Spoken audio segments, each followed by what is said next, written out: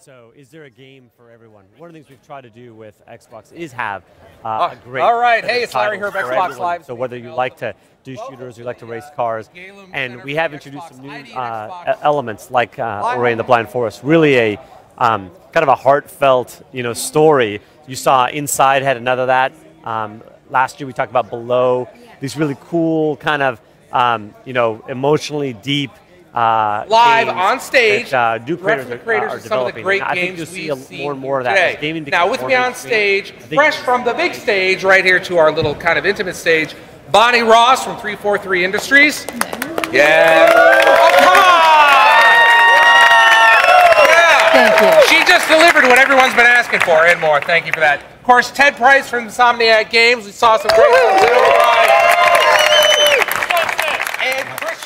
who's working on ID at Xbox games. Wow! Yes. Wow!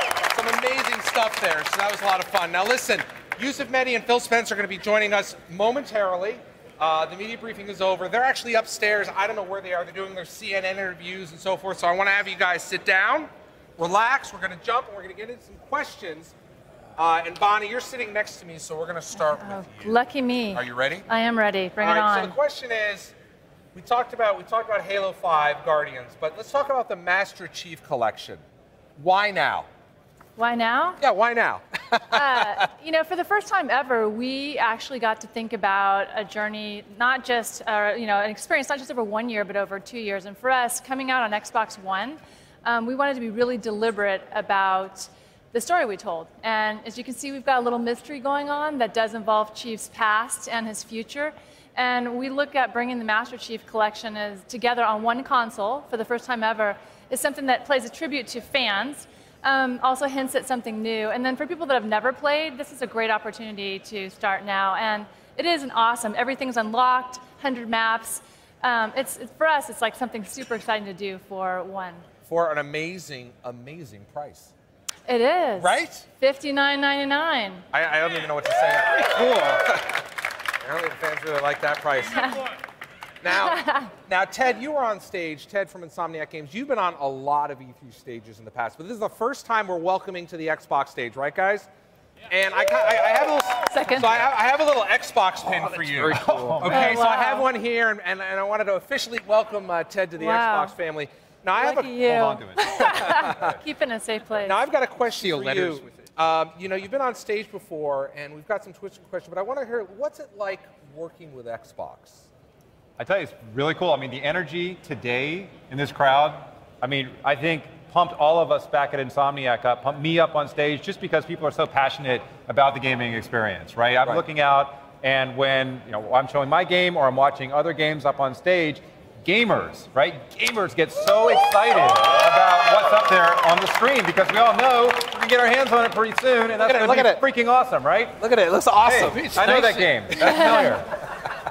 It's about making games fun again. That just looks so rad. It is. But what's fun for all of us as developers is being out here in front of our fans, people who appreciate what we do day in and day out, because you know what? We're you too. We play games all the time, and so for all of us as developers, being in a conference like this and seeing our peers get up and show groundbreaking stuff that we get excited about, is just a really good feeling. And so that's why it's cool for me to be here and all the other Insomniacs who are here today. Now I've got a question here. We were taking questions from Twitter all morning, and I'm sure you guys have been on Twitter a little bit. You were talking about chaos mode. Right. You talked about that. Can you go a little bit more in depth? Everybody out there is going, what is chaos mode? Well, it's hashtag chaos mode, question mark. So Chaos Squad is our Chaos Squad, yeah. Chaos Squad, close.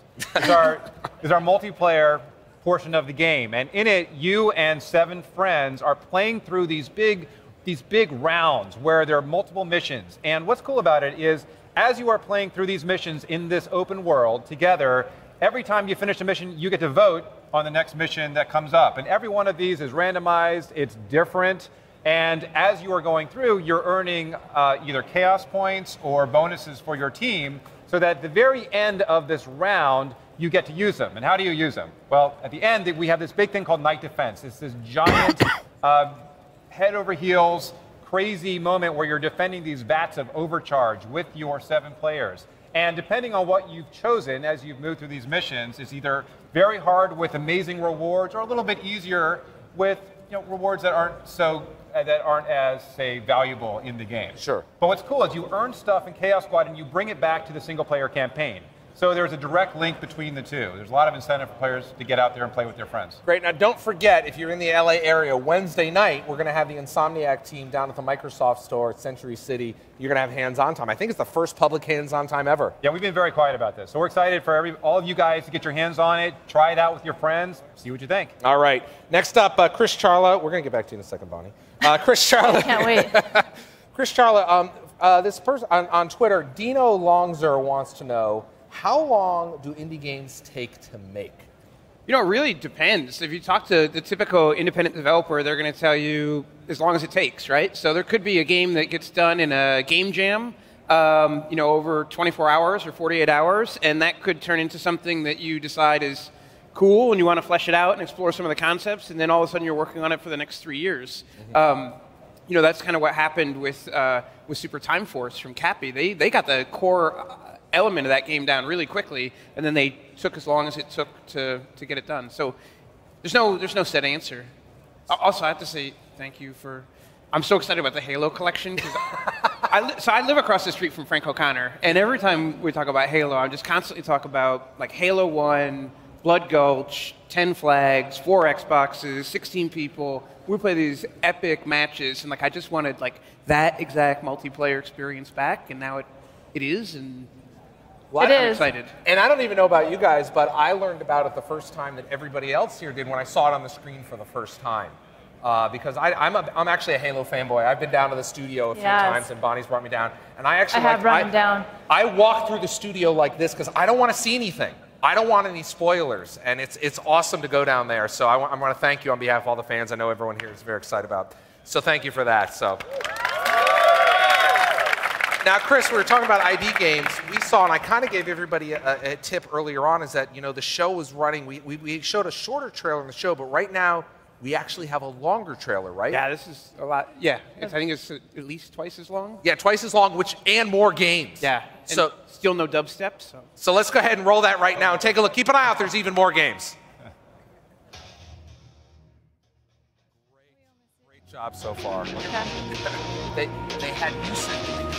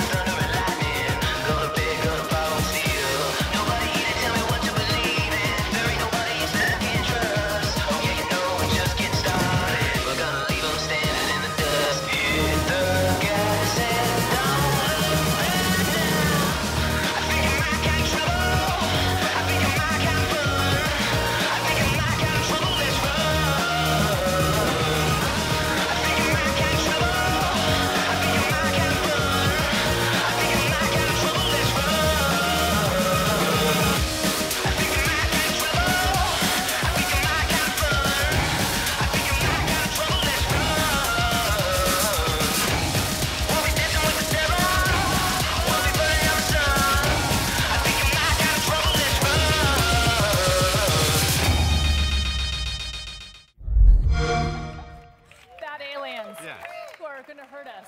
Wow. That was great. We saw even more ID at Xbox. Oh my God, look at this. Everybody's back. Joining us right now, Phil Spencer, head of Xbox. You just spent 90 minutes. Actually, you only spent about 10 minutes with him right down there. A short time, yeah. And sitting next to me is Yusuf Mehdi, who's in charge of telling the Xbox story. He's the Chief Marketing and Strategy Officer for Xbox. Now, Yusuf, you're responsible for telling the Xbox story. How has that journey been over the past 12 months? Okay, well, first of all, like what great a job it is, right? To be able to just have all the creators come up and talk about the amazing games. Right. It's a lot of fun. The last year has been like really an incredible year. I think we've learned a ton. As Phil said up front, you know, our fans have basically shaped a lot of what we take with Xbox, and the ability to really focus in on the games, which we've heard loud and clear, and to have a great show like today, get pumped with some of those, it's been great. All right, Phil, back to you. Let's talk about it. How's the year been? It's been a good year. Yeah, we launched a console. That's an achievement. It's good. We had millions of people buy Xbox. That's a good thing. We've got a team. We got a team that believes. We have focus. We have a focus on delivering great games for gamers. I think we just stood on stage for 90 minutes, and I didn't mess up too many lines, and we were able to get through it, and a lot of excitement. That was great. All right, now we've got Twitter's been blowing up at Xbox P3, actually Yusuf Mehdi. I'll make sure I link these out on my Twitter account. Phil, we got a question from Twitter, NM_Shea56, CHE56. Will devs be able to patch their existing games to utilize the unlocked GPU? The unlocked GPU unbound. Yeah, you know, devs have the capability of doing what they would like with the games that are out there. My expectation is most people will look forward with the June SDK, and they'll think about the games coming this fall, and they'll be, you know, 100% of their focus will be making those games take advantage of the full GPU capability that we put out there. But if there was a developer that wanted to come and actually, you know, take June SDK and update a game, I'd be supportive of that, absolutely. Awesome. Now I got another question from Twitter. Yusuf, the Kinectless SKU goes on sale today. What is the future of Xbox? Future of Xbox? Yeah. and let's more specifically, let's talk about Kinect. Sure. So let's Kinect. Well, for us, we are excited to do two things. One, offer choice with the new Xbox at $399. Kinect remains a really important part of what we're doing. I think the great features that I know I love, being able to say Xbox record that when I'm playing, being able to Skype with my friends, and we introduced Snap Skype recently. Yep. The ability to kind of voice switch between games instantly, say Xbox, go to Titanfall. All of those capabilities will remain that make the system great. And then some of the great games. We talked about Dance Central. We talked about Fantasia, some of the games that take advantage of it. So Kinect remains an important part. But the great news is choice for fans. You can choose which one you want. And it's important to point out that, you know, we've got the Kinectless SKU going on sale today. Yep. And that the Kinect standalone will be available later this year. Right. So there you go. All right, now listen. We want to give some of the fans joining us here at the Galen an opportunity to ask questions. So Graham Boyd, down on the floor with some fans now. Graham, who are you with and what's going on and what are the questions that you have? Thank you, Larry. Yes, I am here in my favorite place with the Xbox fans. How's it going, everybody? Lots of excitement down here and lots of good questions that are coming to everyone up on the stage here as well. So I'm here with Peter. Where are you from, Peter? I'm from upstate New York. Nice one. So you've flown out to LA especially for E3, but you said you've been here for 4 years already, right? This is my fourth E3. Yep, but first E3, first Xbox press conference. So what was your highlights? Fable Legends. I'm a big fan of Lionhead. I gotta say, I loved Crackdown 3. That was amazing to see again. Halo, of course. Come on, Halo. All the games, it focused on the games, and that's what I think makes E3 the Super Bowl of video games. Fantastic. Now, you mentioned Crackdown. You should write that down. One of my Super personal Bowl of favorites. video games. I'm right. Yeah, that's a good one. I'm going to use that one today. Maybe Champions League final for me. I don't know. So you mentioned Crackdown, one of my favorite games of all time, so it's great to see it in the media briefing. You've got a question for Phil on Crackdown, right? But first of all, right, tell me what was maybe your most memorable moment or maybe your proudest achievement from the first Crackdown? Well, I don't know if it was an accidental achievement. The best kind. I wasn't aware that the vehicles, when I first played, morphed with the agent as you played. So as I'm driving my vehicle, I had the big truck, and I slammed into a gang on accident as it was morphing. And so I didn't really get to acknowledge that. I mean, I was like, oh, that was cool, and then it blew up. So it was cool. Well, they all count. That's what I always say. And more importantly, did you get all 500 orbs? Of course. Yeah. Okay, fine. I didn't. All right, okay. So let's go with your question to Phil. Okay. My question is, how much bigger and better is Crackdown 3 on the Xbox One compared to the original on 360? First, people know, I think, because I've said it many times, Crackdown as well is one of my favorite games of all time. And I wanted to make sure that we invested enough to really make a sequel to the game. I love the first Crackdown. I don't think we gave the team enough time with the second Crackdown. So Dave and I were talking, Dave Jones and I, about what we could do in Crackdown 3. And the nice thing about Dave, if you know anything about him, if you followed him, he's always kind of a pioneer of new games, new kinds of games, new genres. He's really focused on what we can do in the cloud with Xbox Live. You see the massive destruction. He's using dedicated servers to actually augment what's happening in the game itself. I think you're going to see a game that has a scale and a destruction capability like we've never seen before in video games. I think it's going to be great. And using the city and that destruction as actually part of the gameplay. So I'm really excited about it. It's going to be great. Thank you, Phil, and thank you, Peter, as well. Thank you. There we go. And I also have James here with me. James, where are you from, mate? I'm from Texas, but I'm living here in Los Angeles. Okay, and this isn't your first E3 either, right? This is my 5th E3. 5th E3. Good work. But first time in the media briefing, tell me about some of your highlights from what you saw earlier today. Oh, it's amazing. All these great games, beautiful people, and all these pretty lights. It's one of the best experiences I've been a part of. Good. But we're going to talk about Halo. We've got Bonnie on stage here, so this is the perfect opportunity to ask that big Halo question. But let's talk about your Halo history before. What does Halo mean to you as a video game franchise? Community. For me in Halo 2, it was a watershed moment for me in gaming.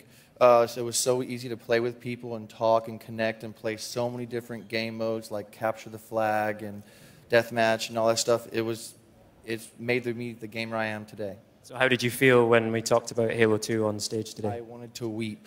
I wanted to weep. I was very happy. Can you weep now for us? No.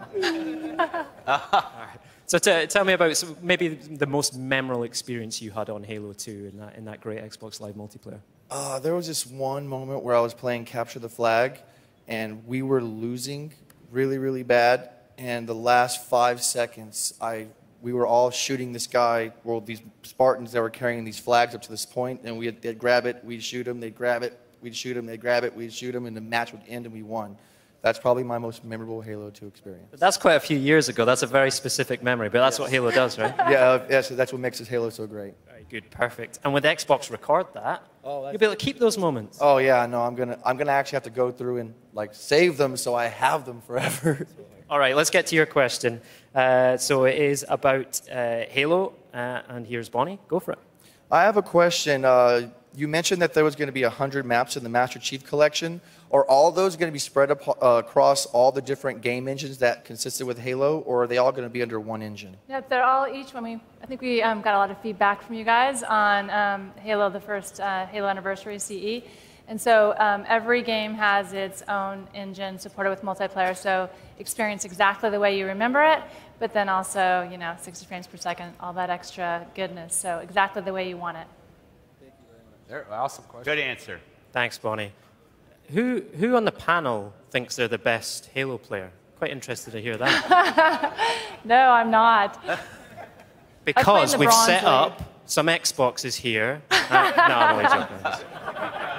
You know what I think? I'll take that one because I played a lot of hours on Halo, so I think that and my crew. So Phil's beating it on Legendary. Larry's the best. Let's say Major Nelson's the best. No. Major Nelson. Phil's pretty good too, I got to tell you. All right, Phil, I got a question for you. Yes. All right, so this is from Twitter. Okay. Last year we brought Twitter. Killer Instinct back. Twitter comes on paper? Yeah, Twitter is not. This is the analog version. This year we saw Phantom Dust on stage. How do you decide what games to bring back, and can they make suggestions? Absolutely, you can make suggestions. And how we come up with it, and first of all, I just want to thank my friend Ken Lobb for coming out on stage. The first time Xbox has had Ken out, it's great. I've known Ken since I started the Xbox team, and I will say there's nobody who knows games as well as Ken Lobb. The guy is just amazing. So, Ken and I sit down and we have discussions about games from our past and things that we think would be great, both from the platform and other platforms. Obviously, we brought back Killer Instinct, which was an old Nintendo franchise originally. So we said, hey, what games should we bring back? We had just finished Crimson Dragon with Furusugi-san. Furusugi-san was the creator of the original Phantom Dust, so we kind of all started having the discussion. In terms of, and when we got to announce Phantom Dust on stage, which was great, I'm really looking forward to that coming back. In terms of suggestions, I listen to every outlet I can. If you find me on Xbox Live, P3, I'll jump on, I'll listen to what you have to say. People send me notes, Xbox P3 on Twitter. For me, getting feedback from the fans about what we should do with our platform is critical. What we've done with the monthly updates, what we do with the portfolio. Sorry, I'm going long, but one more. Even the Conquer thing, I wanted to say. Cool. Yeah, the Conquer at the end of Project Spark. That was actually a guy on Twitter that gave me this idea. He said, hey, you know what you should do is you should release the assets from the old games to the community of Spark creators and let them go recreate the old bands. True, like it was from Twitter. Some guy sent this back in January, and I sent it off to the team. I think this is a great idea, and we were able to announce that. I'm curious to see how that works out. But we really listen to the feedback. I want you guys to feel like you've got a hand in what this product turns into. So I want to get back to you about the community in a second, Phil. We've got something cool to talk about. But I have a question that I saw earlier on Reddit. I was over on Reddit. I know you're on Reddit, Chris Jala. People want to know, how do they get involved in ID at Xbox? Everyone's got a game. I'm sure there's a bunch of great budding game designers out here. What do they do? Yeah, so it's pretty easy. If you go to xbox.com/ID, you can apply, and then once you're in the program, you get dev kits, you get sort of some communication with Microsoft, you submit your game concept, and when we sign a contract, and then you make the game, and we help you ship it. And make it sound so easy. I know. The hard part is actually like making the video game. Like the hard part is not the dealing with Microsoft part. And if somebody's brand new to games, I would say like console maybe is not the first place to start. I would start with Windows Phone or Windows 8 Touch Tablet. Like those are really good places, and we make sure we point people exactly where to go to do all those things as well. Now, every single conversation I've had with you, Yusuf, and Bonnie, and Ted, and Chris, and Phil, we always talk about community as a common thread. Phil, I want you to talk a little bit about how important community is to Xbox, because we got something cool we want to show. Oh, really? What are we going to show? I don't know what we're going to show. Yes, you do. It is very critical. I know when we first, and I was there when we launched the original Xbox, we were these crazy people up in Redmond that built Windows, and we tried to come out with a gaming console, with all the teasing about blue screen and everything. And Jay was there, Jay Allard, and Ed Freeze, and Robbie Bach, all the guys that created, and they were really instrumental. And I think from that beginning, the relationship with the fans, whether it was 0 Hour, how many people are at 0 Hour for Xbox 360? Yeah, that's where we launched out in the desert. It's always been an important part of what we are as a team. Us listening, the games that we design, and how we want our platform to evolve. And I think it's the foundational point to our long-term success is the relationship with you. And the way we're going to make that even better is we got a little video show. So let's go ahead and roll the video and take a look. The Xbox feedback site is a place where anybody can go and officially make a suggestion or provide some feedback to the Xbox product team. The issue is they're giving us feedback in a variety of places. Reddit, NeoGAF, Major Nelson, the Xbox forums, comment sections of gaming sites. It's very hard to keep track of what everybody is saying they may want us to do or what they'd like to see on Xbox 360 or Xbox One. So this is a place that we can go and we can really look at the information, the data, and the product team can pull it out and go, okay, this is really what fans want to see. It's one central place. So we've got a variety of different categories. You can pick the one that is important to you, and then you can go ahead and right into the search box type in the idea that you've got. And then you'll see, did somebody already submit that? If that's the case, you can go ahead and vote for that. If not, then you can submit the idea for yourself and then have other people vote for it. On any given website, only a very small minority of folks actually take time to comment, somewhere in the neighborhood of 1% or less. But what we're doing is making it very easy to be heard just by voting. You sign in with your Microsoft account like you do on your Xbox or on OneDrive or any other Microsoft property, and then you can find the ideas you like and you can cast your vote that way. The goal is to make the silent majority a little less silent. So we love reading Reddit, we love connecting with our customers on the forums, but we've gotten so many ideas, it could probably keep us busy for the next couple of years. And so we need something that's going to help us prioritize what the fans really want in the monthly update cycle for the console. The Xbox feedback site is really a cross-group effort. There's a lot of groups around the company working on this. This is something we've wanted to do for a while and we're really excited to roll it out. That's right, a brand new site available right now. Xbox Feedback is live right now. Head on over, feedback.xbox.com. Take a look at what we've got over there. We want to hear your ideas. You can certainly hit us all up on Twitter. Tell us what you want to do and how things are going there. So feedback.xbox.com, right, guys? Right, Phil? Yeah. Right, Yusuf loved it. You guys have all seen it. It's going to be a lot of fun. We're looking forward to that. Now, Yusuf, I understand that you've been coming to E3 for quite a few years. How do you, when you're telling the story of Xbox, look at the games that we're going to see behind us? Sure. Well, one of the things that we do that's really fun is that months before E3, we sit down as a team and we look at all the great assets and games under development, and we try and figure out which ones we want to show. And there's always lots of good creative debates about what we show. And in fact, one of the inside baseball things is we actually we looked at one of the games, which is Ori and the Blind Forest. We actually had a discussion about whether we should open the show with that one. I think we should have. Did you see that game? That game. It just kind of did it get you kind of emotionally? Because for us, we saw them, we're like, wow, that one kind of got us. And so it's really fun. We go through them and try and figure out how to structure it together to come together. To tell the entire story. Yeah, to tell the story. That's awesome. Yeah. Anyway, Phil. Yes. I understand we have some good news for our friends here in the audience. Yes, yes. So first, I think all of us just want to thank you for being great supporters of what we're trying to do, coming to the show, cheering loudly. It really helps us on stage. All of that's great.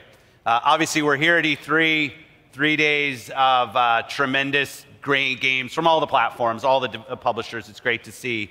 Everybody here is going to get a pass to the E3 Expo, so you will get to go to the show. That's right. That's right. You get a pass, and you get a pass, and you get a pass. Everybody gets a pass. Come on, stand up for it. Let's go ahead and stand up, guys. All right, we're going to wrap it up right now. Thanks so much for capping the show off, Phil, and my entire crew here. Bonnie Ross, Ted Price, Chris Charlie, Yusuf Mehdi, and of course, Phil Spencer for joining us today. I want to thank you at home for watching us. Thank you everywhere for tuning in and seeing how things are going. Everyone in the show, everyone here in the auditorium is going to get to go to the show. What are you doing down there? Phil's kind of ruining me up there. Anyway, if you missed anything at home, if you missed any of this at home, including the main show, you can watch it all this week on Twitch, the official Xbox channel at xbox.com/E3. I'm Larry Herb, Xbox Live's Major Nelson, signing off from E3. Thank you for everything, and we'll see you guys next time and from the show floor. Bye-bye, everybody. Come on up, guys. Come on up. Let's go down. Let's go down. All right. Thanks, guys. Thank you. Thank you. Come on, guys.